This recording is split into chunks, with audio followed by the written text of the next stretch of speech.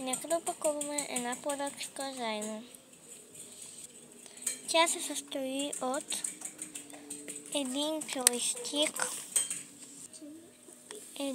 една катличка от този вид и една от този вид, едно сърце,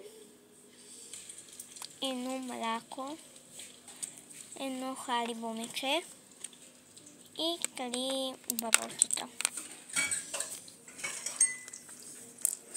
За подарък слагам 3 харибо мечета,